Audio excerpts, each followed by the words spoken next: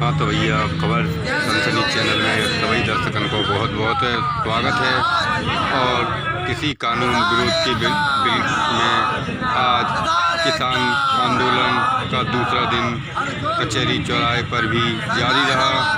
इस कार्यक्रम आंदोलन में पंडित गौरीशंकर बिदुआ जी ने कहा कि किसान को सरकार लगी है अनाज बनाने में। आपके आंदोलन का दूसरा दिन है और आप किन प्रमुख मांगों के लिए आंदोलन पर बैठे हैं? भैया प्रमुख मांगें जो हैं वो सारे पूरे हिंदुस्तान को पता हैं।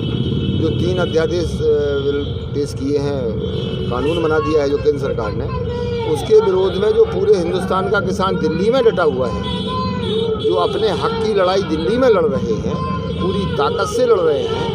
हम लोग चूँकि बुंदेलखंड के हैं, हम वहाँ तक पहुँचने में असमर्थ हैं, इसलिए उनके समर्थन में हम लोग बुंदेलखंड के झांसी शहर में बैठे हैं। और हम लोग जब तक बैठेंगे जब तक केंद्र सरकार और किसानों में कोई फैसला नहीं हो जाता है। देखा जाए एक जैसे बुंदेलखंडी में कहावत है कि सड़ी बिरवाई पे दुनिया पाँव रखा, तो किसानों को क्या उसी श्रेणी में आंक लिया है क्या? देखिए, अब सड़ी बिरवाई पे दुनिया का पाँव रखा, सरकार तो पूरी चढ़ी बैठी। आज जो हालत है हम लोगन की, वह सड़ी बिरवाई से भी बुरी है।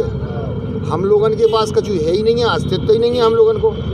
जो आउद वो थप्पड़ ले जात, जो आउद वो गाड़ी ले जात, जो अधिकारी आउद वो लूट ले जात, जो नेता आउद वो लूट ले जात।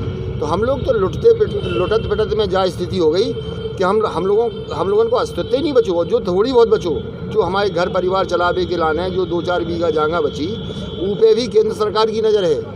अब केंद्र सरकार हमें किसानन से मजदूर बनावे को पूरा प्रयास कर रही। और अगर ये बिल पास हो गए, कानून ये वापस नहीं हुए, तो यकीन मानो हम लोग मजदूर ही बने रहे। दिल्ली में इतने किसान डेरा डाले हुए हैं और भी कई राज्यों से किसान पहुंच रहे हैं, तो इस पर केंद्र सरकार पे कुछ दबाव होगा क्या? नहीं, देखो, जड़ तो हम ही लोग हैं। केंद्र सरकार कैसे बन गई? केंद्र सरकार पढ़ लिख के नहीं बनी, वोटन से बनी। और वोट हमारा ने दे सो बनी केंद्र सरकार। और जो देना चाहे उतना केंद्र सरकार नीचे आ जाए।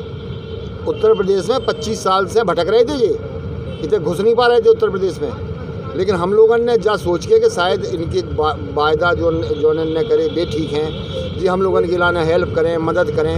कह रहे थे हम आय खा दुगनी करें, हर खेत पे पानी पहुंचाएं, तुम्हारी फसल के दाम बढ़वा दें, खेत पे बिजली पहुंचे।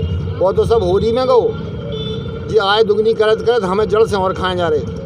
केंद्र सरकार जिन वादों के लिए के आई थी कि मेट्रो ट्रेन चलाएंगे, बुलेट ट्रेन चलाएंगे और अच्छे दिन आएंगे, अच्छे दिन तो छोड़ो, और किसानों की मट्टी पली तो क्या है जी? अरे भैया, बुलेट ट्रेन हमसे का मतलब? हमें तो खेत में पानी दे दो। तुम अच्छे दिन आ रहे की उनके आ रहे, सुबह कह रहे थे उनके आ गए अच्छे दिन। हमारन के तो बुराई देना, हमारन की तो आफत डेथ वारंट है। जो ये हम लोगों के लाने डेथ वारंट है। अगर ये वापस नहीं हुआ तो हम लोगों की तो मट्टी कुट जाए। लोग बाग कहते हैं, हमने भी सुना है और कभी देखा तो नहीं, कि मोदी चाय बेचते थे और आज पूरी सभी लोग ये कहने पे मजबूर हो गए कि मोदी तो देश से बेचने पे उतारू हो गए। भैया का बचो, हम ही और आखिरी बचे थे।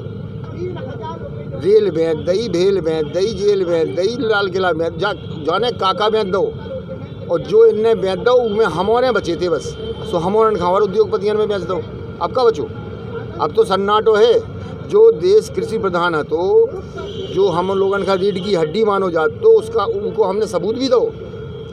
जब कोरोना काल आओ तो सारे मठ मंदिर, सारे उद्योगपति, सारे बड़े बड़े अधिकारी, सारे IAS, सारे IPS, सब फेल हो गया था हिंदुस्तान का। सिर्फ किसान ऐसा हतो कि जिन्हें अपनी जान की बाजी लगा के पूरे देश को पेट भरो, सब्जी दे, दूध दे, फल फूल दे, अनाज दो, दारें नहीं।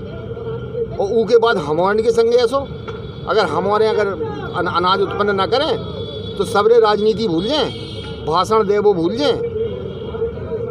आपकी आंदोलन कब तक चलेगा? हमारा आंदोलन भैया जब तक चले, जब तक दिल्ली में भी किसान डटे, हमारे भाई डटे हैं वहाँ जब तक हमारा आंदोलन चले। और उतने से हमारी सरकारें बात मान लेवे, हमारे तीनों जो बिल बनाए वे वापस ले लेवे, हम लोग चले गए। जब तक दिल्ली में हमारा लास्ट भाई रहे।